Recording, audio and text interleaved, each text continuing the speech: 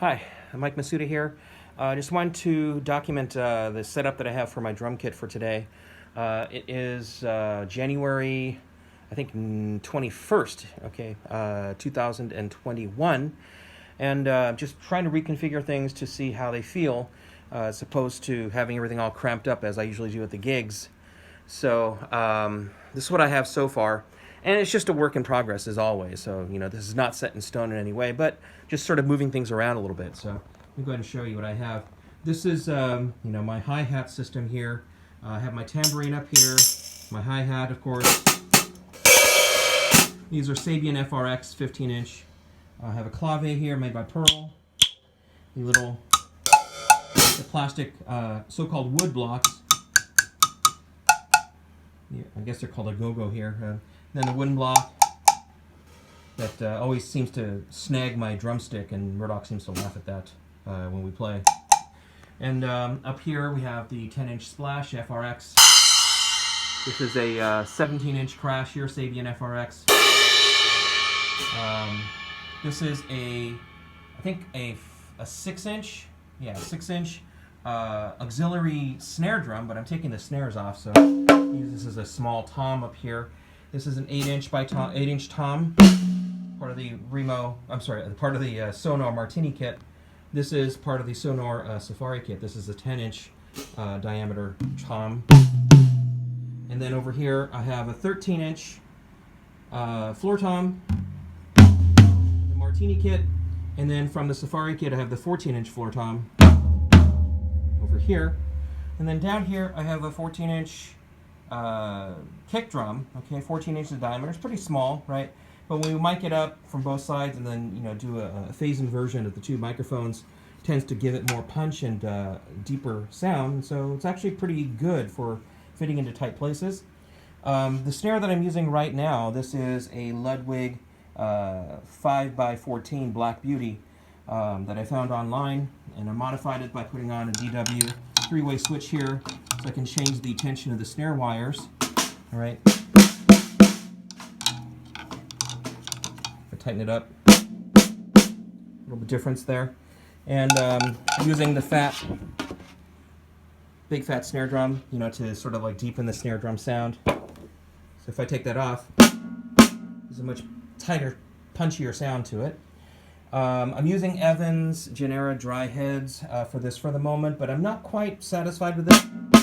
Maybe too dry.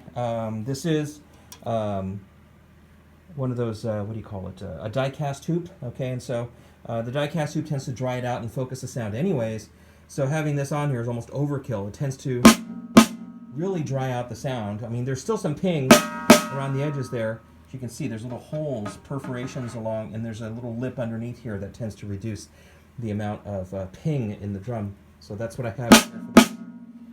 Have my set of cowbells over here, because you can never have enough cowbell.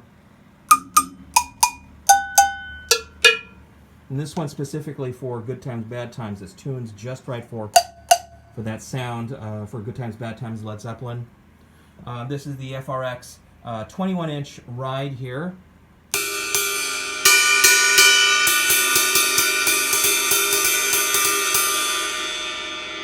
And then up here I have an 18-inch FRX.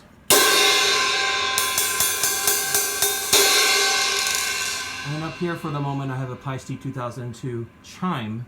I believe this is 4 inches or something like that. Okay, so I'm just playing around with my setup right. Oh, these things. Yeah. So I have these finger cymbals or zills that I put in a row here, and just go ahead and play them.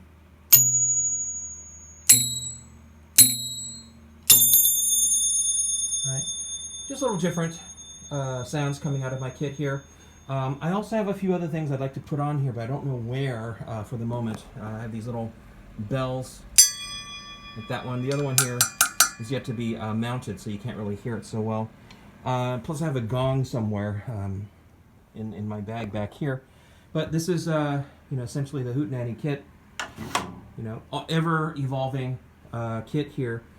This is the Galaxy Red Sparkle, which was not available in the United States. I had to ordered this online. There just happened to be one in the U.S., I guess, somewhere, and they sent it to me. And I also managed to get the Safari kit in the Galaxy Red Sparkle, and so they are both Sonor kits shells.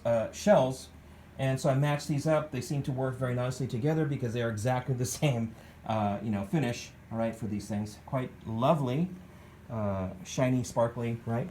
And let's see, is there anything else? Yeah, the Safari also comes with a 16-inch diameter kick drum, but I use that for like louder bars and things like that. But for the moment, it is away at home.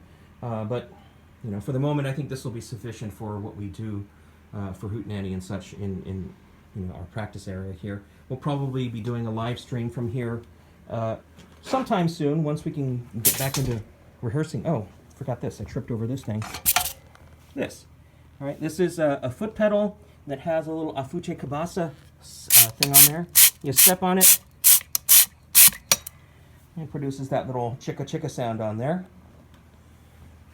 I guess that's it for now. I mean, if I can figure out other accoutrements to stick on here, that would be great. But for the moment, I'm sure my bandmates will be happy with me not putting any more stuff on here.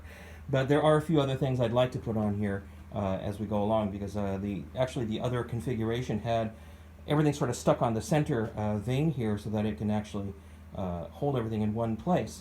I can't do that with this setup here, so I'll have to figure out another way to do that. Again, here's the band name here. This has always been, for the past 11 years now, is it? Sheesh, time sure flies. Here's the Sonor Martini, right? And then over here, Sonor Safari. So 2 different shell packs, same finish. No longer made, apparently. I was hoping to get the next size up, which is the Sonor Bop kit, which is in the same finish here, but it's no longer available. I waited a little too long, hesitated a little too much, and sort of lost the time for that. So anyways, flip it around. That's my kit. Okay, hope you like the little tour there. Hopefully I'll be able to get this thing set up with microphones and sounding good for the next live stream that we do. I guess that's it. Cheers, everybody. Take care.